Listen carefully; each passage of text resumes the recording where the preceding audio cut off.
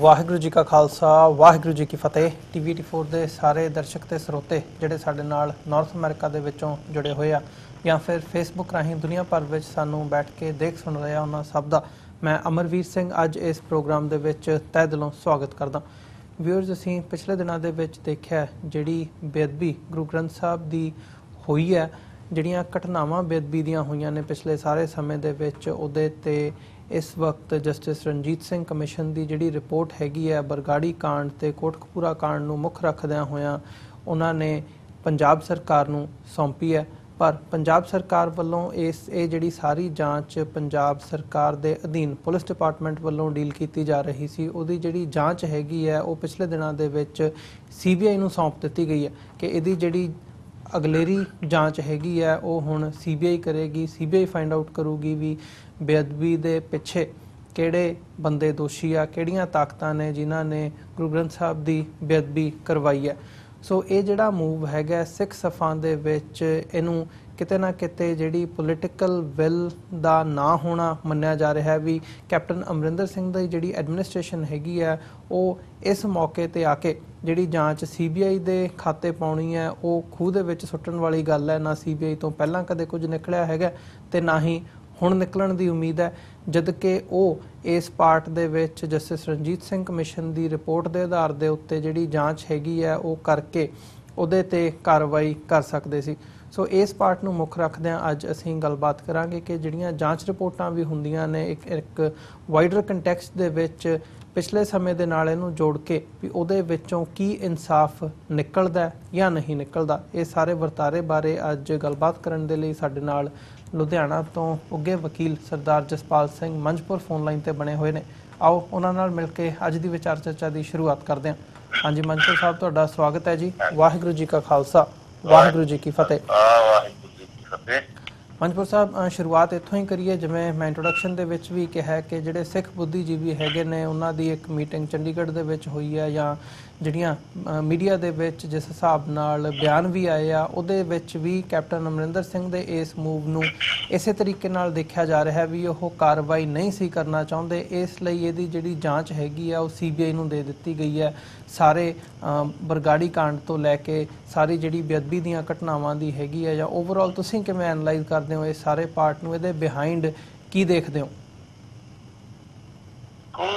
ਜਿਹੜੀ ਇੱਕ ਤਾਂ ਹੈ ਵੀ ਕੌਮ ਸਿੱਖ ਪੰਥ ਨੂੰ ਤਾਂ ਸ਼ੁਰੂ ਤੋਂ ਹੀ ਇਹ ਕਲੀਅਰ ਰਿਹਾ ਕਿ ਜਿਹੜੀ ਗੁਰੂ ਗ੍ਰੰਥ ਸਾਹਿਬ ਮਹਾਰਾਜ ਦੀ ਬੇਅਦਬੀ ਹੋਈ ਇਹਦੇ ਪਿੱਛੇ ਡੇਰਾ ਪ੍ਰੇਮੀ ਆ ਜੀ, ਤੇ ਉਹਦੇ ਸੰਬੰਧ ਉਹਦੇ ਨਾਲ ਹੀ ਇਹਦੇ ਵਿੱਚ ਕੋਈ ਨਾਲ ਵੱਡੀ ਤਾਕਤ ਉਹਨਾਂ ਦੇ ਨਾਲ ਡੇਰਾ ਦੇ ਨਾਲ ਖੜੀ ਹੈ, ਜਿਹਦੇ ਤੋਂ ਹੁਣ ਇਹ ਗੱਲਾਂ ਸਾਹਮਣੇ ਆ ਗਈਆਂ ਵੀ ਬੇਅਦਬੀ ਦੀਆਂ ਘਟਨਾਵਾਂ ਸਿੱਧੇ ਰੂਪ ਦੇ ਵਿੱਚ ਗੁਰਮੀਤ ਰਾਮ ਰਹੀਮ ਦੇ PA ਦੇ ਵੱਲੋਂ ਜਿਹੜੀ ਆ ਉਹਦੀ ਸਲਾਹ ਦੇ ਨਾਲ ਹੀ ਸਾਰੀ ਸਾਜ਼ਿਸ਼ ਰਚੀ ਗਈ ਸੀ। ਉਹਨੇ ਗਾਂ ਅੱਗੇ ਡਿਊਟੀਆਂ ਲਾਈਆਂ।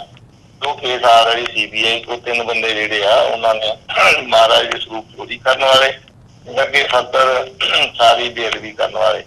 ਉਸ ਤੋਂ ਅੱਗੇ ਜਿਹੜੀ ਗੱਲ ਆਉਂਦੀ ਹੈ ਉਹਨਾਂ ਦਿਨਾਂ ਦੇ ਦੌਰਾਨ ਹੀ ਫਿਰ ਸਰਸੇ ਵਾਲੇ ਪਖੰਡੀ ਨੂੰ ਜਿਹੜਾ ਉਹ ਮਾਫੀ ਦਿਲਵਾਈ ਗਈ ਅਕਾਲ ਤਖ਼ਤ ਸਾਹਿਬ ਵੱਲੋਂ। ਇਹ ਜਿਹੜੀ ਬੈਤਲ ਕਲਾਂ ਗੋਲੀकांड ਜਾਂ ਕੋਟਕਪੂਰੇ ਵਾਲੀ ਗੋਲੀकांड ਵਾਲੀ ਜਿਹੜੀ ਹੈਗੀ ਆ ਉਹ ਸਾਰੇ ਕਾਸੇ ਦੇ ਵਿੱਚ ਸਿੱਧੇ ਰੂਪ ਦੇ ਵਿੱਚ ਹੀ ਉਦੋਂ ਹੀ ਜਿਹੜੇ ਆਮ ਲੋਕਾਂ ਨੂੰ ਇਹ ਸੀਗਾ ਵੀ ਇਹਦੇ ਵਿੱਚ ਸਿੱਧੇ ਰੂਪ ਦੇ ਵਿੱਚ DGP ਆਫਿਸ ਤੇ CM ਤੇ ਹੋਮ ਮਿਨਿਸਟਰੀ ਦਾ ਜਿਹੜਾ ਹੱਥ ਹੈਗਾ, ਕਿਉਂਕਿ ਐਸੀ ਗੋਲੀ ਜਿਹੜੀ ਏਦਾਂ ਦੀ ਜਗ੍ਹਾ ਦੇ ਉੱਤੇ ਚਲਾਉਣੀ ਇਹ CM ਨੂੰ ਪੁੱਛੇ ਤੋਂ ਬਿਨਾਂ ਨਹੀਂ ਚੱਲ ਸਕਦੀ ਜੀ। ਇਹਦੇ ਵਿੱਚ ਇਹ ਵੀ ਹੈਗਾ ਵੀ ਜਦੋਂ ਉਹਨਾਂ ਨੇ ਪਹਿਲਾਂ ਆਪਣਾ ਜੋਰਾ ਸਿੰਘ ਕਮਿਸ਼ਨ ਬਣਾਇਆ ਉਹਨੇ ਵੀ ਕੁਛ ਨਾ ਕੁਛ ਵਿੱਚ 2 ਗੱਲਾਂ ਲਿਖੀਆਂ ਇਹਨਾਂ ਨੇ। ਉਹ ਰਿਪੋਰਟ ਪਹਿਲਾਂ ਪਿਛਲੀ ਬਾਦਲ ਸਰਕਾਰ ਨੇ ਜਿਹੜੀ ਆ ਉਹ ਪੁੰਜੇ ਲਾਤੀ ਤੇ ਪਹਿਲਾਂ ਤਾਂ ਇਹਨਾਂ ਨੇ ਰਣਜੀਤ ਸਿੰਘ ਕਮਿਸ਼ਨ ਨੂੰ ਬਾਦਲ ਦਲ ਨੇ ਨਕਾਰਿਆ, ਫਿਰ ਬਾਅਦ ਦੇ ਵਿੱਚ ਜਦੋਂ ਦੇਖਿਆ ਵੀ ਸਾਰਾ ਕੁਝ ਸਾਹਮਣੇ ਆ ਰਿਹਾ ਇਸ ਸਮੇਂ ਦੌਰਾਨ ਸੁਮੇਲ ਸੈਣੀ DGP ਵੀ ਰਿਟਾਇਰ ਹੋ ਗਿਆ, ਫਿਰ ਉਹ ਵੀ ਕਮਿਸ਼ਨ ਦੇ ਅੱਗੇ ਪੇਸ਼ ਹੋਇਆ। ਉਹਦੇ ਚ ਇਹ ਵੀ ਪਤਾ ਲੱਗਿਆ ਜਿਹੜਾ ਚਰਨਜੀਤ ਸ਼ਰਮਾ ਸੀ SSP ਜੀ, ਜਿਹੜਾ ਉਸ ਸਮੇਂ SSP ਸੀ ਮੌਕੇ ਤੇ, ਉਹ ਵੀ ਪੇਸ਼ ਹੋਇਆ ਕਮਿਸ਼ਨ ਅੱਗੇ ਤੇ ਉਹਨੇ ਉਸ ਸਮੇਂ ਸੁਮੇਲ ਸੈਣੀ ਨੇ ਜਦੋਂ ਉਹਨੂੰ ਡਾਇਰੈਕਸ਼ਨ ਦਿੱਤੀ ਗੋਲੀ ਚਲਾਉਣ ਦੀ ਤਾਂ ਉਹਨੇ ਉਹਦੀ ਜਿਹੜੀ ਰਿਕਾਰਡਿੰਗ ਆ ਸੁਮੇਲ ਸੈਣੀ ਵੱਲੋਂ ਡਾਇਰੈਕਸ਼ਨ ਦੀ ਆਡੀਓ ਜਿਹੜੀ ਆਪਣੇ ਫੋਨ 'ਚ ਕੀਤੀ ਸੀ ਉਹ ਵੀ ਉਹਨੇ ਕਮਿਸ਼ਨ ਨੂੰ ਦੇ ਦਿੱਤੀ ਹੈ ਜੀ। ਵੀ ਮੈਨੂੰ ਸੁਮੇਧ ਸੈਣੀ ਨੇ ਆਹ ਦੇਖੋ ਜੀ ਫੋਨ ਕਰਕੇ ਕਿਹਾ ਸੀ ਵੀ ਤੁਸੀਂ ਗੋਲੀ ਚਲਾਓ, ਤੇ ਸੁਮੇਧ ਸੈਣੀ ਨੇ ਉਹ ਕਿਉਂਕਿ ਅਜੇ ਤੱਕ ਰਿਪੋਰਟ ਜਿਹੜੀ ਆ ਨਾ ਵਿਧਾਨ ਸਭਾ ਤੇ ਪੇਸ਼ ਹੋਈ ਆ, ਮਹੀਨੇ ਦੇ ਅਖੀਰ 'ਚ ਸੈਸ਼ਨ ਹੋਣਾ ਤੇ ਨਾ ਇਹ ਜਨਤਕ ਹੋਈ ਆ, ਉਹ ਤੇ ਆਉਣ ਤੋਂ ਬਾਅਦ ਹੀ ਇਹ ਸਾਰੀਆਂ ਗੱਲਾਂ ਹੋਣੀਆਂ। ਸਿਰਫ ਜਿਹੜੇ ਕਿਸੇ ਨਾ ਕਿਸੇ ਤਰ੍ਹਾਂ ਜੁੜੇ ਹੋਏ ਲੋਕ ਰਹੇ ਨੇ, ਜਸਟਿਸ ਰਣਜੀਤ ਸਿੰਘ ਕਮਿਸ਼ਨ ਨਾਲ ਜਾਂ ਮੀਡੀਏ ਦੇ ਕੁਝ ਬੰਦਿਆਂ ਨੇ ਇਹ ਗੱਲਾਂ ਸਾਹਮਣੇ ਲਿਆਂਦੀਆਂ, ਤੇ ਇਹ ਸਾਰੀਆਂ ਗੱਲਾਂ ਫਿਰ ਸਾਹਮਣੇ ਆਉਣਗੀਆਂ ਵੀ ਸੁਮੇਧ ਸੈਣੀ ਨੇ ਕੀ ਕਿਹਾ। ਕਿਉਂ ਉਹਦੀ ਰਾਤ ਜਿਵੇਂ ਇਹ ਗੱਲ ਮੀਡੀਆ 'ਚ ਆ ਚੁੱਕੀ ਆ ਵੀ ਰਾਤ ਜਿਸ ਦਿਨ ਸਵੇਰੇ ਗੋਲੀ ਚੱਲਦੀ ਆ ਅੰਮ੍ਰਿਤ ਵੇਲੇ, ਤਾਂ ਉਸ ਰਾਤ 11-12 ਵਜੇ ਸੀਐਮ ਨਾਲ ਸੁਮੇਧ ਸੈਣੀ ਦੀ ਜਿਹੜੀ ਗੱਲ ਹੋਈ ਆ, ਤਾਂ ਉਹਨੇ ਕੀ ਕਿਹਾ? ਉਹਨੇ ਇਹ ਤਾਂ ਕਿਹਾ ਨਹੀਂ, ਸਿੱਧੇ ਰੂਪ 'ਚ ਇਹੀ ਹੈ ਵੀ ਉਹਨੇ ਕਿਹਾ ਵੀ ਕਲੀਅਰ ਕਰੋ ਜੋ ਕੀ ਗੱਲਾਂ ਹੋਈਆਂ ਨੇ, ਉਹ ਸਾਰੇ ਆਉਣ ਵਾਲੇ ਸਮੇਂ 'ਚ ਸਾਹਮਣੇ ਹੋਊਗਾ। ਪਰ ਜਿਹੜੀ ਆਪਾਂ ਇਹ ਵੀ ਕੁਛ ਨਾ ਕੁਛ ਜਿਹੜਾ ਲੋਕ ਨੇ ਉਹ ਆਲਰੇਡੀ ਸੱਚ ਜਾਣਦੇ ਨੇ ਵੀ ਕੌਣ ਦੋਸ਼ੀ ਆ। ਸਲਸੇ ਵਾਲਾ ਬਾਬਾ, ਅਕਾਲ ਤਖਤ ਦੇ ਅਧਿਕਾਰੀ ਕਰਮਚਾਰੀ ਜਿਹੜੇ ਗੁਰਬਚਨ ਸਿੰਘ ਬਾਦਲ, ਉਹਦਾ ਮੁੰਡਾ ਸੁਖਬੀਰ ਬਾਦਲ ਤੇ DGP ਸੁਮੇਧ ਸੈਣੀ ਤੇ ਹੋਰ ਇੰਟੈਲੀਜੈਂਸ ਜਿਹੜੀਆਂ ਕੋਈ ਏਜੰਸੀਆਂ ਸਿੱਧੇ ਰੂਪ 'ਚ ਇਨਵੋਲਵ ਹੈਗੀਆਂ। ਸੋ ਇਹ ਗੱਲਾਂ ਤਾਂ ਪੰਥ ਨੂੰ ਪਹਿਲਾਂ ਹੀ ਕਲੀਅਰ ਆ, ਲੋਕਾਂ ਨੂੰ ਪਤਾ ਨੇ ਵੀ ਇਹ ਦੋਸ਼ੀ ਨੇ। ਇਸੇ ਕਰਕੇ ਉਦੋਂ 2 ਮਹੀਨੇ ਬਾਦਲ ਦਾ ਨਿਕਲ ਨਹੀਂ ਸਕਿਆ ਤੇ ਬਾਅਦ 'ਚ ਐਸੇ ਹਾਲਾਤ ਬਣੇ ਉਹ ਦੁਬਾਰੇ ਫਿਰ ਜਿਹੜੇ ਆਉਣਾ ਸ਼ੁਰੂ। ਅੱਜ ਫਿਰ ਉਹੀ ਹਾਲਾਤ ਆ। ਅਕਾਲੀ ਦਲ ਦੇ ਬੁਲਾਰੇ ਕਿਸੇ ਸੰਬੰਧ 'ਚ ਕਿਸੇ ਦਾ ਕੋਈ ਬਿਆਨ ਨਹੀਂ ਆ ਰਿਹਾ, ਸਾਰੇ ਆਪਣੀਆਂ ਜਿਹੜੀਆਂ ਖੁੱਡਾਂ ਦੇ ਵਿੱਚ ਵੜ ਗਏ ਆ। ਉਹਦੀ ਮੁੱਦਿਆਂ ਨੂੰ ਜਿਹੜਾ ਉਹ ਸਾਹਮਣੇ ਕੋਈ GTV ਨਾਲ ਲੜ ਰਿਹਾ, ਉਹ ਕਿਸੇ ਨਾਲ ਕਰ ਰਿਹਾ, ਕਿਉਂਕਿ ਇਹ ਸਾਰੇ ਕਾਸੇ ਦੇ ਪਿੱਛੇ ਜਿਹੜੀ ਹੁਣ CBI ਨੂੰ ਦੇਣ ਦੀ ਜਿਹੜੀ ਗੱਲ ਤੁਸੀਂ ਕੀਤੀ ਹੈਗੀ ਆ, ਸੱਦਰ ਅੱਗੇ ਕੈਪਟਨ ਅਮਰਿੰਦਰ ਸਿੰਘ ਨੇ ਦਿੱਤੀ ਆ, ਇਹਦੇ ਪਿੱਛੇ ਵੀ ਇਹ ਹੈਗਾ। ਮੈਂ ਸਮਝਦਾ ਕਿ ਸੈਂਟਰ ਗੌਰਮੈਂਟ ਜਿਹੜੀ ਵਾਗਡੋਰ ਆਪਣੇ ਹੱਥ ਰੱਖਣੀ ਚਾਹੁੰਦੀ ਆ ਵੀ ਕਿਹਦੇ ਤੇ ਕਿੰਨਾ ਦਬਾਅ ਪਾਉਣਾ ਤੇ ਕਿਹਦੇ ਤੋਂ ਕੀ ਕਰਵਾਉਣਾ। ਕਿਉਂਕਿ ਕਮੇਟੀਆਂ ਕਮਿਸ਼ਨ ਜਿੰਨੇ ਵੀ ਅੱਜ ਤੱਕ ਸਿੱਖਾਂ ਦੇ ਮਾਮਲਿਆਂ ਦੇ ਵਿੱਚ ਸੰਬੰਧ 'ਚ ਬਣਦੇ ਰਹੇ ਆ, ਨਾ ਤਾਂ ਬਹੁਤਾ ਕੁਛ ਉਹਦੇ 'ਚੋਂ, ਭਾਵੇਂ ਉਹਦੇ 'ਚ ਕੁਛ ਨਿਕਲ ਵੀ ਆਇਆ ਕੋਈ ਪੁਲਿਸ ਅਫਸਰਾਂ ਨੇ, ਤੇ ਲੀਪਾ ਪੋਚੀ ਵੀ ਕੀਤੀ ਗਈ ਹੈ। ਜਿਵੇਂ ਪਹਿਲਾਂ ਤਲਾਰੀ ਕਮਿਸ਼ਨ ਜਥੇਦਾਰ ਗੁਰਦੇਵ ਸਿੰਘ ਕੌਂਕੇ ਦੇ ਉਹਨੂੰ ਸ਼ਹੀਦ ਕਰਨ ਵਾਲੇ ਬਣਿਆ ਸੀ, ਉਹਨੂੰ ਸਪਸ਼ਟ ਰੂਪ ਦੇ ਵਿੱਚ ਪੁਲਿਸ ਅਫਸਰਾਂ ਦੇ ਨਾਂ ਲਏ। ਇਸੇ ਤਰ੍ਹਾਂ ਮੀਡੀਆ 'ਚ ਰਿਪੋਰਟਾਂ ਆਈਆਂ, ਉਹ ਵੀ ਜਨਤਕ ਨਹੀਂ ਕੀਤਾ। ਉਹ ਬਾਦਲ ਨੇ ਬਣਾਇਆ ਸੀ, ਉਹ ਜਨਤਕ ਨਹੀਂ ਕੀਤਾ। ਬਾਅਦ ਕੈਪਟਨ ਅਮਰਿੰਦਰ ਸਿੰਘ ਦੀ ਸਰਕਾਰ ਵੇਲੇ ਇੱਕ ਹੋਰ ਕਮਿਸ਼ਨ ਬਣਾ ਕੇ ਉਹ ਸਾਰੇ ਨੂੰ ਜਿਹੜਾ ਉਹਨਾਂ ਨੇ ਨੁਮਾਇੰਦ ਕੀਤਾ ਵੀ ਤਵਾਰੀ ਕਮਿਸ਼ਨ ਦੀ ਰਿਪੋਰਟ ਜਿਹੜੀ ਸਹੀ ਨਹੀਂ ਸੀ, ਉਹ ਇਹ ਸੀ। ਇਸੇ ਤਰ੍ਹਾਂ ਜੇ ਮੰਨ ਲਓ ਕੱਲ ਨੂੰ ਹੋਰ ਕੋਈ ਸਰਕਾਰ ਆਉਂਦੀ ਹੈ ਤੇ ਇਹ ਕਮਿਸ਼ਨ ਦੀ ਰਿਪੋਰਟ ਨੂੰ ਜਿਹੜਾ ਯਾਨੀ ਇਨਸਾਫ ਤਾਂ ਬਹੁਤ ਦੂਰ ਆ ਜੇ। ਜਿਹਦੇ 'ਚ ਤਾਂ ਇਹੀ ਆ ਵੀ ਕਮਿਸ਼ਨਾਂ ਦੀਆਂ ਰਿਪੋਰਟਾਂ ਦੇ ਵਿੱਚ ਸਿੱਖਾਂ ਨੂੰ ਜਿਹੜੀ ਰੁਝਾਉਣ ਵਾਲੀ ਗੱਲ ਆ ਵੀ ਇੱਕ ਕਮਿਸ਼ਨ ਦੀ ਰਿਪੋਰਟ ਆਈ ਜੋਰਾ ਸਿੰਘ ਦੀ, ਉਹ ਥੋੜੀ ਨਰਮ ਸੀ। ਹੁਣ ਰਣਜੀਤ ਸਿੰਘ ਦੀ ਥੋੜੀ ਸਖਤ ਆ ਗਈ। ਕੈਪਟਨ ਅਮਰਿੰਦਰ ਸਿੰਘ ਨੇ ਬਾਦਲ ਪਰਿਵਾਰ ਦੇ ਖਿਲਾਫ ਜਾਂ ਜਿਹੜੀ ਕੋਈ ਉਹਦੀ ਪੋਲੀਟਿਕਸ ਹੈਗੀ ਉਹ ਲਈ ਉਹਨੂੰ ਵਰਤਣਾ ਹੈਗਾ। ਤੇ ਅੱਗੇ CBI ਨੇ ਹੁਣ ਮੈਂ ਸਮਝਦਾ ਵੀ ਕੈਪਟਨ ਨੇ ਆਪ ਨਹੀਂ ਦੇ ਦਿੱਤੀ, ਸੈਂਟਰ ਗੌਰਮੈਂਟ ਨੇ ਲਈ ਆ ਇਹਨਾਂ ਕੋਲ ਸਾਰਾ ਵੀ ਇਹ ਸਾਰਾ ਮਸਲਾ ਸਾਨੂੰ ਦਿਓ, ਕਿਉਂਕਿ BJP ਜਿਹੜੀ ਹੈਗੀ ਆ ਉਹ ਅਕਾਲੀ ਦਲ ਨੂੰ ਪ੍ਰੈਸ਼ਰਾਈਜ਼ ਕਰਕੇ ਉਹਨੂੰ ਥੱਲੇ ਲਾਉਣਾ ਚਾਹੁੰਦੀ ਹੈ। ਕਿਉਂਕਿ ਇਹ ਜੇ ਤੁਸੀਂ ਪਿਛਲੇ ਸਮੇਂ ਦੌਰਾਨ ਦੇਖੋ, ਇਹ ਅਕਾਲੀ ਦਲ ਦੇ ਪ੍ਰਧਾਨ ਸੁਖਬੀਰ ਬਾਦਲ ਮਜੀਠੀਆ ਇਹ BJP ਤੋਂ ਬਾਹਰ ਹੋ ਕੇ ਚੱਲ ਰਿਹਾ, ਜਾਂ ਉਹਨਾਂ ਨੂੰ ਉਹ ਸਮਝਦੇ ਆ ਵੀ ਸਾਡੀ ਕੋਈ ਮੁੱਕਤ ਨਹੀਂ ਹੈਗੀ। ਉਹ ਹੁਣ ਮੁੱਕਤ ਆਪਣੀ ਪਾਉਣਗੇ BJP ਵਾਲੇ। CBI ਦਾ ਡੰਡਾ ਸੁਖਬੀਰ ਬਾਦਲ ਤੇ ਜਾਂ ਅਕਾਲੀ ਦਲ ਦੇ ਇਹਨਾਂ ਦੇ ਉੱਤੇ ਦੇ ਕੇ ਵੀ ਸਾਡੀ ਕਿਵੇਂ ਜਿਹੜੀ ਆ ਸਰਦਾਰੀ ਕਾਇਮ ਹੋਵੇ ਇਸ ਗੱਠਜੋੜ ਦੇ ਵਿੱਚ। ਤੇ ਉਹਨਾਂ ਨੇ CBI ਦਾ ਉਹ ਡੰਡਾ ਜਿਹੜਾ ਵਰਤਣਾ ਹੈਗਾ। ਆਪਣੀ ਮਨਮਰਜ਼ੀ ਦੀਆਂ ਲੋਕ ਸਭਾ ਦੀਆਂ ਸੀਟਾਂ ਵੀ ਚੇਂਜ ਕਰਨਗੇ ਉਹ, ਨਹੀਂ ਤੇ ਉਹ ਕਹਿਣਗੇ ਆ ਦੇਖੋ ਫਿਰ ਰਿਪੋਰਟ ਅਸੀਂ ਜਾਰੀ। ਕਿਉਂਕਿ BJP ਨੂੰ ਅਕਾਲੀ ਦਲ ਦੀ ਲੋੜ ਕੋਈ ਨਹੀਂ। BJP ਨੂੰ ਆਪਣਾ ਸਪਸ਼ਟ ਬਹੁਮਤ ਜਿਹੜਾ ਅੱਜ ਦੀ ਤਰੀਕ ਦੇ ਵਿੱਚ ਹੈਗਾ। ਜੇ ਅਕਾਲੀ ਦਲ ਦੇ 2-4 ਬੰਦੇ ਪਰੇ ਵੀ ਹੋ ਜਾਣਗੇ ਤਾਂ ਉਹਨਾਂ ਨੂੰ ਕੋਈ ਫਰਕ ਨਹੀਂ ਪੈਂਦਾ।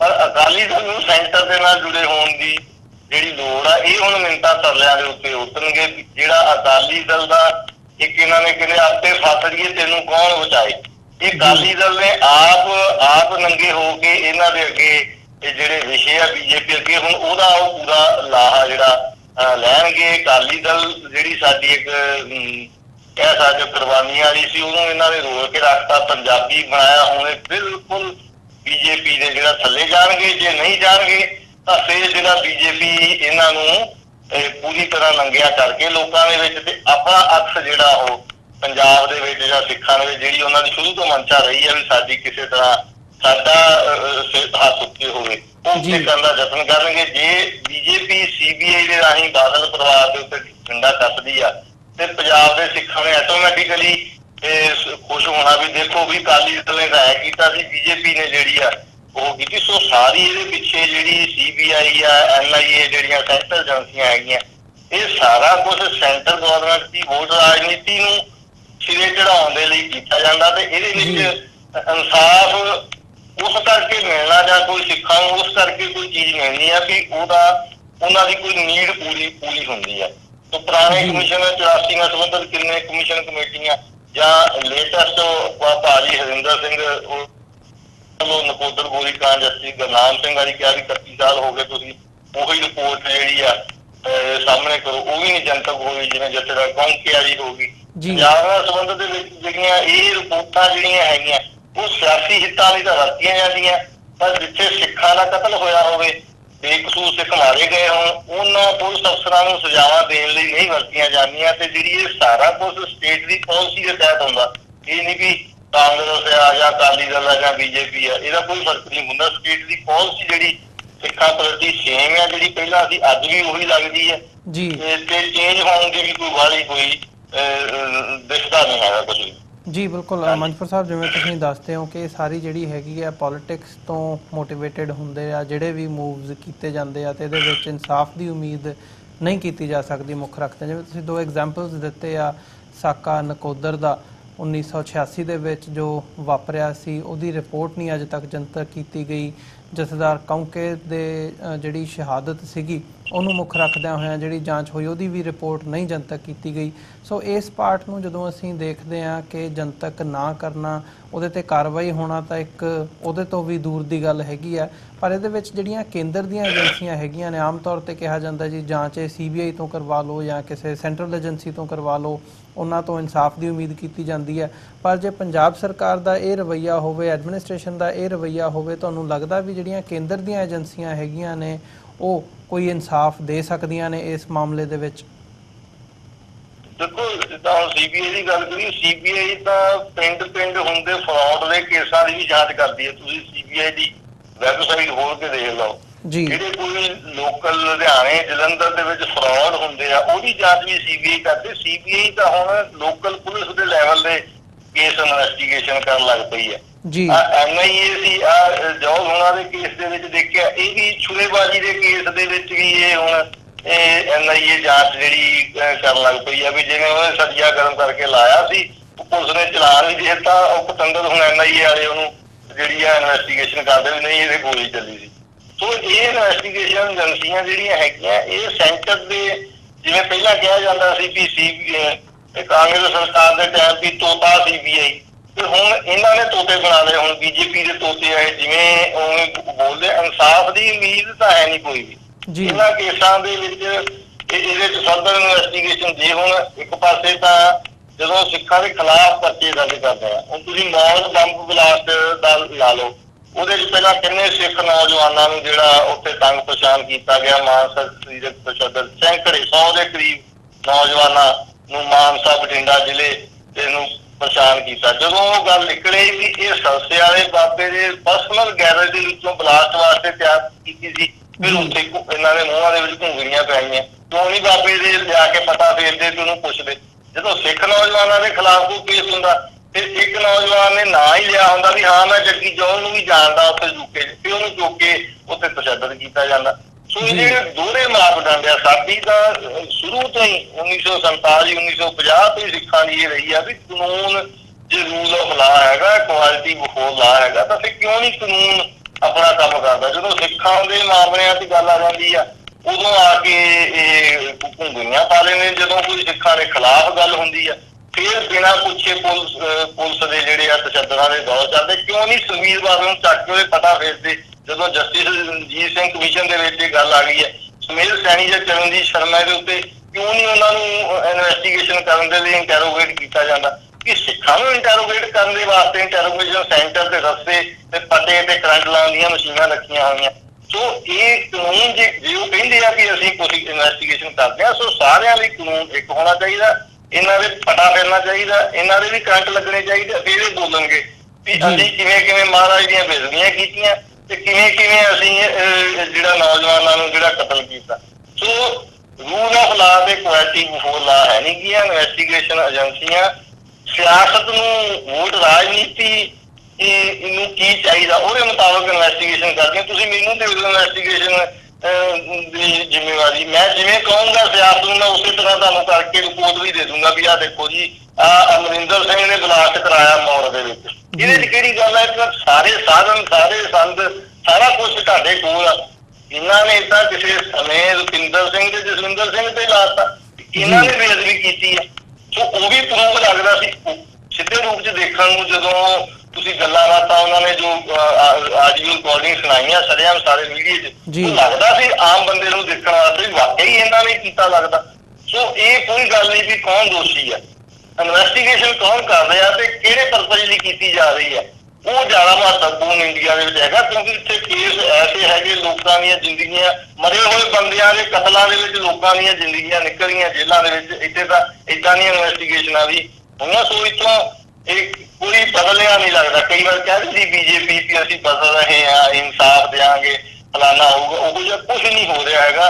ਸਟੇਟ ਪਾਲਿਸੀ ਜਿਹੜੀ ਸੇਮ ਚੱਲਦੀ ਆ, ਸਿਰਫ ਇਹੀ ਆ ਵੀ ਕਦੀ ਕੋਹ ਕੇ ਮਾਰਦੇ ਆ ਤੇ ਕਦੀ ਝਟਕੇ ਦੇ ਨਾਲ ਮਾਰਦੇ ਆ। ਇਹ ਇਹਨਾਂ ਕੁ ਫਰਕ ਜ਼ਰੂਰ ਹੈਗਾ।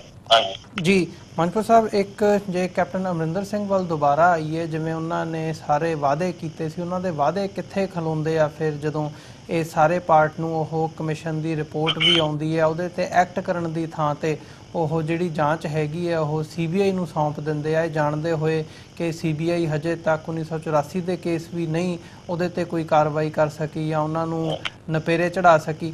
ਤੇ ਠੰਡੇ ਬਸਤੇ ਜਿਹੜੀ ਪਾਉਣ ਦੀ ਲਾਈਨ ਹੈਗੀ ਹੈ, ਕੈਪਟਨ ਅਮਰਿੰਦਰ ਸਿੰਘ ਨੂੰ ਇਹ ਕਿਸ ਹਿਸਾਬ ਨਾਲ ਕਟਹਿਰੇ ਦੇ ਵਿੱਚ ਖੜਾ ਕਰਦੀ ਹੈ? ਦੇਖੋ, ਕੈਪਟਨ ਅਮਰਿੰਦਰ ਸਿੰਘ ਦੇ ਹੁਣ ਵੈਸੇ ਜਦੋਂ BJP ਗਵਰਨਮੈਂਟ ਆਈ ਹੈ, ਸਟੇਟਾਂ ਦਾ ਤਾਂ ਖੂਨ ਚੂਸ ਲਿਆ ਸੈਂਟਰ ਗਵਰਨਮੈਂਟ ਦੇ।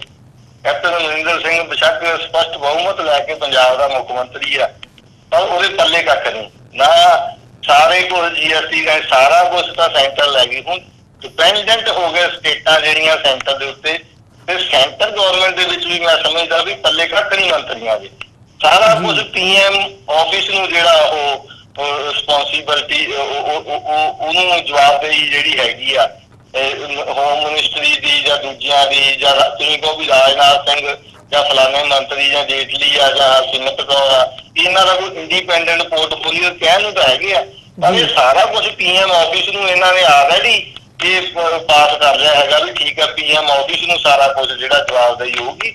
ਉਹ ਕੈਪਟਨ ਅਮਰਿੰਦਰ ਸਿੰਘ ਤਾਂ ਇੱਕ ਕਹਿ ਸਕਦੇ ਹੋ ਤੁਸੀਂ ਜਿਵੇਂ ਗਵਰਨਰ ਹੁੰਦਾ ਸੈਂਟਰ ਨੇ ਲਾਇਆ, ਉਸੇ ਤਰ੍ਹਾਂ ਹੀ ਪੰਜਾਬ ਦਾ ਮੁੱਖ ਮੰਤਰੀ ਹੈਗਾ। ਇਹਦੇ ਕੋਲ ਕੁਛ ਵੀ ਹੈ ਨਹੀਂਗਾ, ਇਹ ਸਿਰਫ ਇੱਕ ਲਾਲ ਬੱਤੀ ਵਾਲੀ ਗੱਡੀ ਤੇ ਝੰਡੀ ਵਾਲੀ ਕਾਰ ਹੀ ਹੈ ਨਾ ਮੰਤਰੀਆਂ ਦੇ ਕੋਲ। ਮੈਂ ਤਾਂ ਇੰਨਾ ਵੀ ਦੇਖ ਲਿਆ, ਇਹਨਾਂ ਦੇ ਜੇਲ੍ਹ ਮੰਤਰੀ ਇੱਕ ਬੰਦੇ ਨੂੰ ਜੇਲ੍ਹ ਟ੍ਰਾਂਸਫਰ ਨਹੀਂ ਕਰਵਾ ਸਕਦੇ, ਇਹ ਇੰਨਾ ਵੀ ਨਹੀਂ ਚੱਲਦਾ। ਅਫਸਰਸ਼ਾਹੀ ਜਿਹੜੀ ਆ ਬਿਊਰੋਕ੍ਰੇਸੀ ਹੈਗੀ ਆ ਉਹ ਭਾਰੂ ਆ ਸਾਰੇ ਪਾਸੇ ਦੇ ਉੱਤੇ, ਸ਼ੁਰੂ ਤੋਂ ਹੀ ਭਾਰੂ ਸੀ, ਹੁਣ ਜ਼ਿਆਦਾ ਭਾਰੂ ਹੋ ਗਈ ਆ ਕਿਉਂਕਿ BJP ਨੇ ਜਿਹੜਾ ਉਹ ਸੈਂਟਰਲਾਈਜ਼ ਸਾਰਾ ਕੁਝ ਕਰ ਲਿਆ ਤੇ ਸਟੇਟਾਂ ਦੇ ਪੱਲੇ ਕੱਖ ਨਹੀਂ। ਮੁੱਖ ਮੰਤਰੀ ਸਿਰਫ ਲਾਲ ਬੱਤੀ ਦੀ ਝੰਡੀ ਤੋਂ ਇਲਾਵਾ ਇਹਦੇ ਪੱਲੇ ਕੱਖ ਨਹੀਂ ਹੈਗਾ।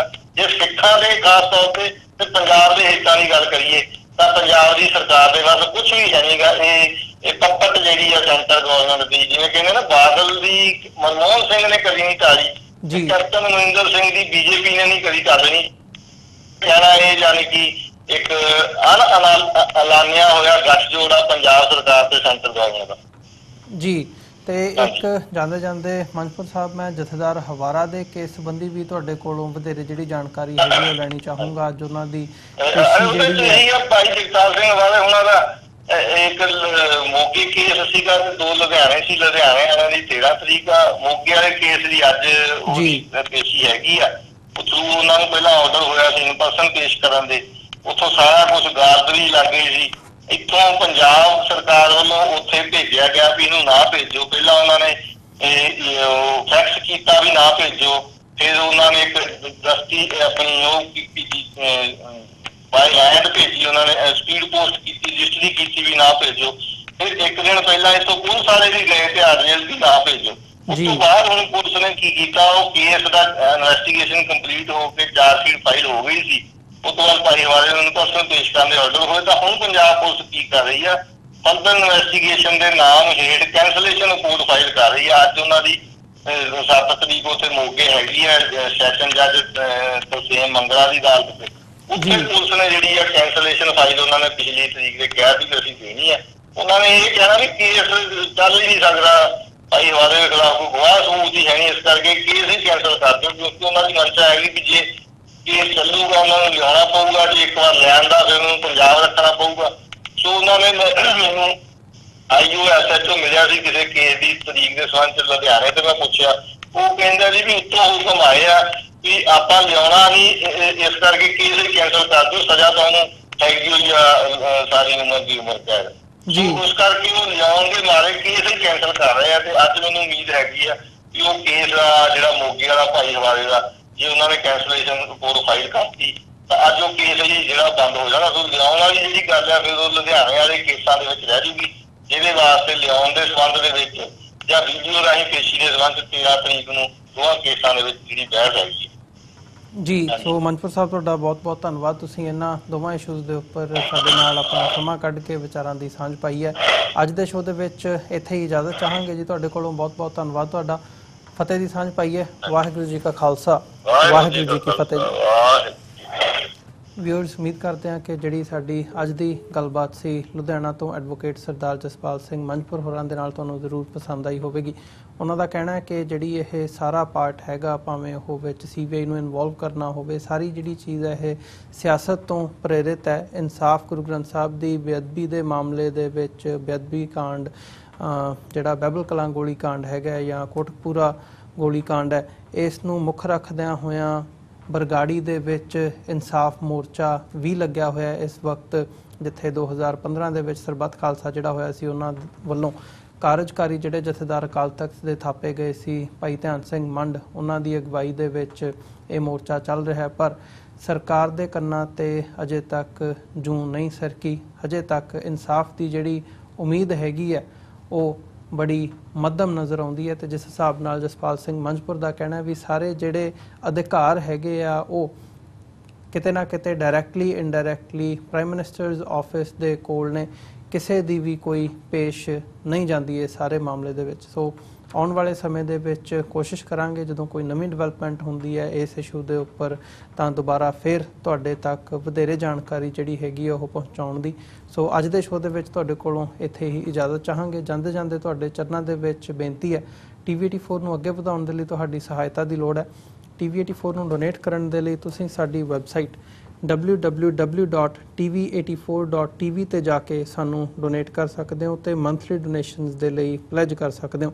ਜੇ ਚੈੱਕ ਰਾਹੀਂ ਡੋਨੇਸ਼ਨਸ ਭੇਜਣੀਆਂ ਚਾਹੁੰਦੇ ਹੋ ਤਾਂ TV84 ਦੇ ਨਾਮ ਦਾ ਚੈੱਕ ਬਣਾ ਕੇ ਤੁਸੀਂ ਸਾਨੂੰ ਸਾਡੇ ਐਡਰੈਸ ਤੇ ਮੇਲ ਕਰ ਸਕਦੇ ਹੋ। 3601 37th Avenue, Long Island City, New York 11101। Website ਇੱਕ ਵਾਰ ਫਿਰ ਰਿਪੀਟ ਕਰਦੇ ਹਾਂ, www.tv84.tv। ਇਸੇ ਦੇ ਨਾਲ ਵਿਊਅਰਸ, ਅਸੀਂ ਅੱਜ ਦੇ ਪ੍ਰੋਗਰਾਮ ਦੇ ਵਿੱਚ ਤੁਹਾਡੇ ਕੋਲੋਂ ਇੱਥੇ ਹੀ ਇਜਾਜ਼ਤ ਚਾਹਾਂਗੇ। ਕੱਲ੍ਹ ਨੂੰ ਦੁਬਾਰਾ ਤੁਹਾਡੇ ਨਾਲ ਫਿਰ ਮੁਲਾਕਾਤ ਹੋਵੇਗੀ। ਤਦ ਤੱਕ ਲਈ ਇਜਾਜ਼ਤ ਦਿਓ ਜੀ। ਵਾਹਿਗੁਰੂ ਜੀ ਕਾ ਖਾਲਸਾ, ਵਾਹਿਗੁਰੂ ਜੀ ਕੀ ਫਤਿਹ।